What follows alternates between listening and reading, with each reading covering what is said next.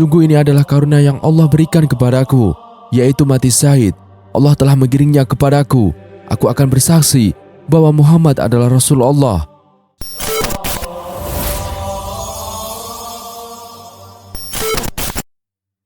Assalamualaikum warahmatullahi wabarakatuh. Sahabat beriman yang dirahmati Allah Subhanahu wa taala. Sebelum lanjut ke videonya, jangan lupa untuk like, subscribe, dan tekan tombol notifikasinya. Kali ini kita akan mengisahkan tentang seorang sahabat Nabi yang mana karena kesahidannya mengakibatkan orang-orang kafir memeluk Islam.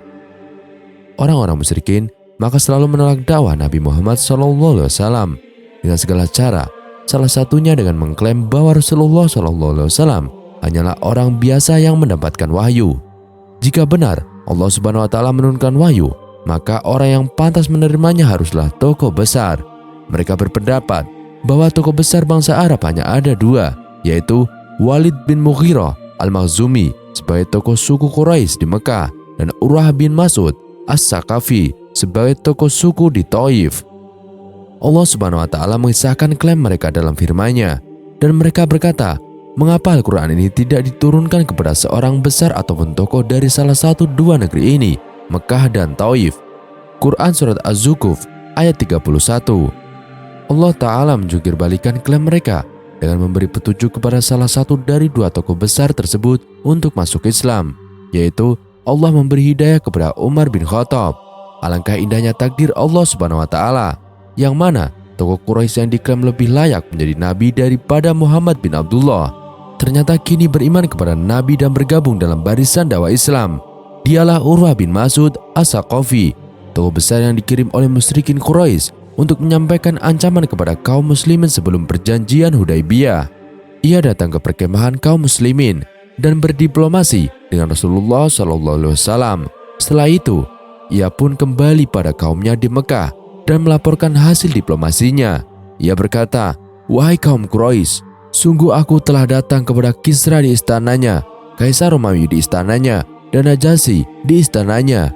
Demi Tuhan, sesungguhnya aku belum pernah melihat seorang raja di tengah rakyatnya yang lebih dihormati dan dicintai rakyatnya seperti Muhammad di tengah sahabat-sahabatnya.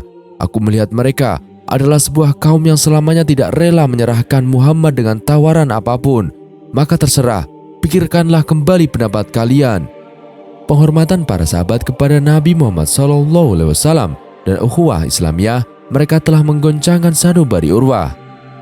Selama masa diplomasi itu, ia melihat dengan mata kepala sendiri kecintaan dan penghormatan para sahabat kepada Rasulullah SAW. Dan inilah kesaksian Urwah bin Mas'ud sebelum keislamannya. Demi Tuhan, jika Muhammad bin Abdullah memerintahkan mereka yaitu sebuah perkara, maka mereka bersegera melakukannya. Jika beliau berwudu, maka mereka hampir-hampir berkelahi karena memperebutkan bekas air wudunya. Jika beliau berbicara, maka mereka merendahkan suara mereka, yakni mendengarkan dengan seksama, dan mereka tidak berani menatap wajahnya secara langsung karena begitu hormat kepadanya. Hadis riwayat Bukhari. 1 bulan setelah penaklukan Mekah, Rasulullah SAW dan kaum muslimin berangkat ke perang Hunain. Kemenangan di Hunain disusul dengan pengumpulan kota Thaif, yakni benteng terakhir paganisme di semenanjung Arab. Namun akhirnya Rasulullah SAW dan kaum muslimin meninggalkan taklim sebelum penaklukan terjadi. Pada saat itu, Urwah bin Mas'ud, yaitu si tokoh Thaif, tengah berada di Yaman untuk mempelajari pembuatan manjanik, yaitu meriam tradisional pelempar batu dan gerobak perang atau pendobrak benteng. Ia lalu kembali ke Thaif dan membuat peralatan-peralatan perang tersebut.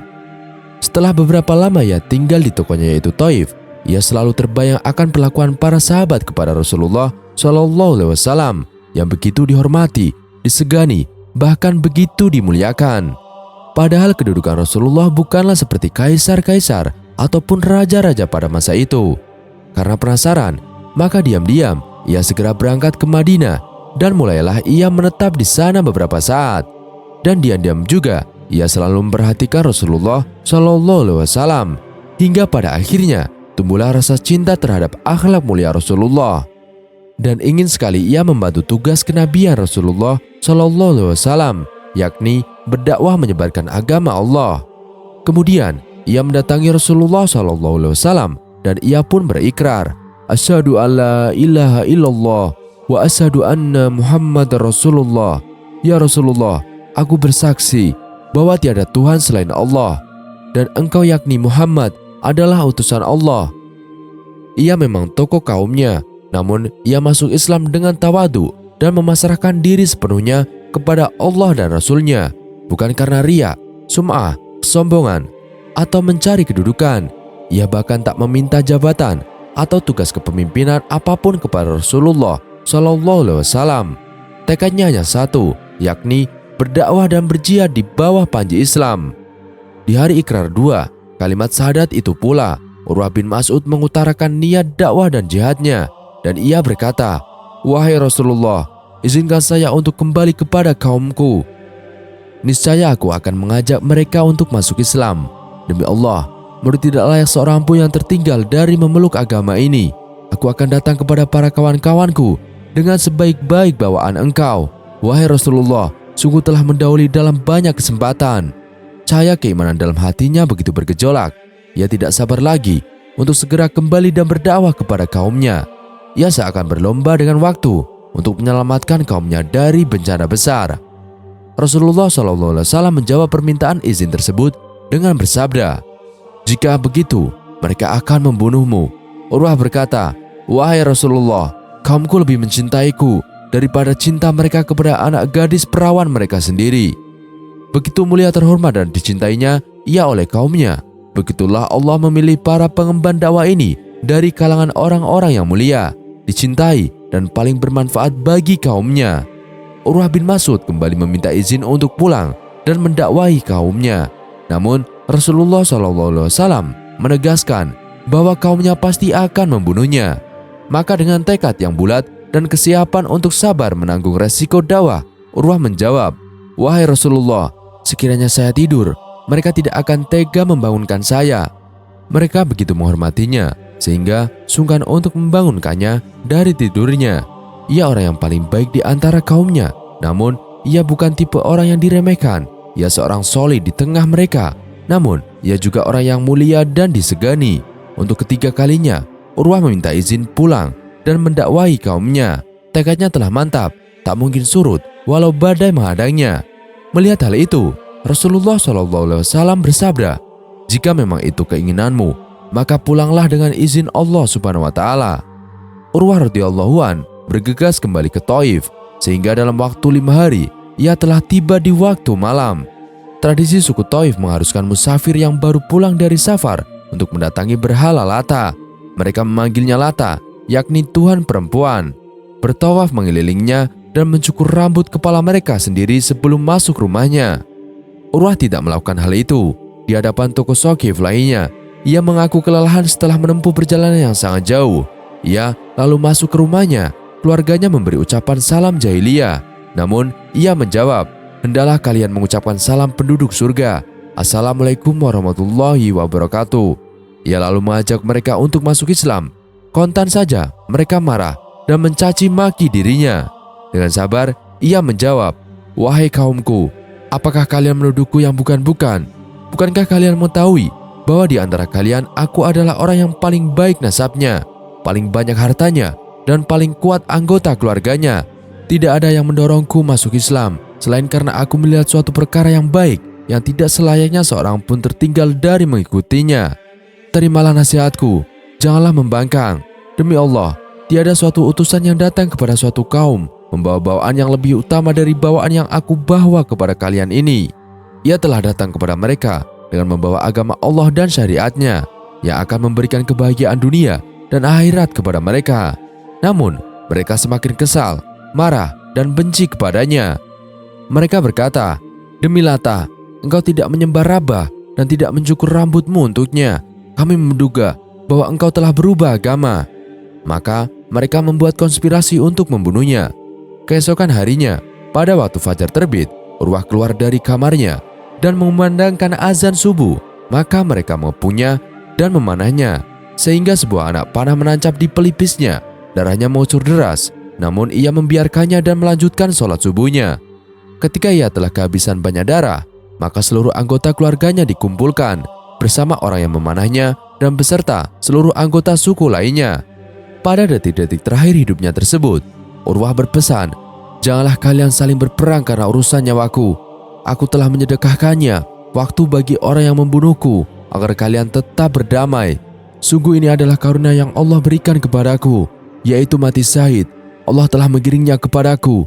Aku akan bersaksi bahwa Muhammad adalah Rasulullah. Beliau telah memberitahukan kepadaku bahwa kalian akan membunuhku. Maka kuburkanlah aku bersama para syuhada yang gugur saat berperang bersama Rasulullah SAW sebelum beliau wafat." Mereka pun melaksanakan wasiat Urwah bin Mas'ud. Ketika berita itu sampai ke Madinah, Rasulullah SAW bersabda, "Perumpamaan Urwah adalah seperti tokoh dalam surat Yasin. Ia mengajak kaumnya untuk mengikuti agama Allah, namun mereka justru membunuhnya." Doa Urwah agar kaumnya tidak saling berperang demi menuntut balas nyawanya dikabulkan Allah. Allah Subhanahu wa Ta'ala mendamaikan sesama kaum Thaqif, sehingga cahaya iman menghindari sanubari mereka. Tatkala mereka melihat kejujuran, ketulusan, dan kasih sayang mereka tersebut, darahnya telah tertumpah, namun tidak sia-sia. Ia menjadi minyak bagi pelita iman yang menerangi suku Thaqif. Akhirnya mereka memeluk Islam secara sukarela. Di bulan Ramadan tahun 9 Hijriah tersebut, utusan suku Thaqif berangkat ke Madinah dan menyatakan keislaman mereka di hadapan Rasulullah SAW yang baru kembali dari perang Tabuk. Sebuah pengorbanan yang indah buahnya. Urwah telah menyerupai jejak Nabi Isa bin Maryam secara fisik maupun akhlak. Secara fisik, Rasulullah SAW sendiri mengisahkan pengalaman beliau pada malam Mi'raj ke langit. Rasulullah bersabda, "Para nabi telah ditunjukkan kepadaku. Musa adalah seorang lelaki yang kuat, seakan-akan ia lelaki dari bangsa Sanuda. Aku juga melihat Isa bin Maryam alaihissalam. Ternyata orang yang aku lihat paling serupa dengannya adalah Urwah bin Mas'ud." Hadis riwayat Muslim. Adapun secara akhlak, Urwah telah memberi keteladanan dengan meninggalkan kedudukannya demi bergabung dalam kafilah sahabat Nabi. Ia lalu berdakwah, bersabar, dan menanggung segala resiko. Demi menunjukkan kaumnya ke jalan Islam, ia siap menebus keberhasilan dakwanya dan segala yang ia miliki termasuk nyawanya sendiri. Gugurnya Urwah dan keislaman kaumnya di bulan Ramadan tahun 9 Hijriah meninggalkan beribu pelajaran berharga bagi kaum muslimin. Inilah tauladan seorang muslim yang ikhlas berdakwah dan mengharapkan kaumnya mendapat petunjuk. Ia korbankan semua potensinya, bahkan nyawanya ia ikhlaskan demi dakwah untuk Islam. Dia memaafkan pembunuhannya tanpa meminta diat sedikit pun demi mendamaikan kaumnya. Ia mendamaikan kaumnya karena mencari ridho Allah dan ia meraih syahid di jalan Allah Subhanahu wa Ta'ala. Wallahu a'lam bishawab. Dan itulah sahabat beriman yang dirahmati Allah. Sekian kisah kali ini. Kurang lebihnya kami mohon dimaafkan. Yang benar datangnya dari Allah Subhanahu wa Ta'ala. Khilaf atau keliru datangnya dari saya pribadi. Wassalamualaikum warahmatullahi wabarakatuh.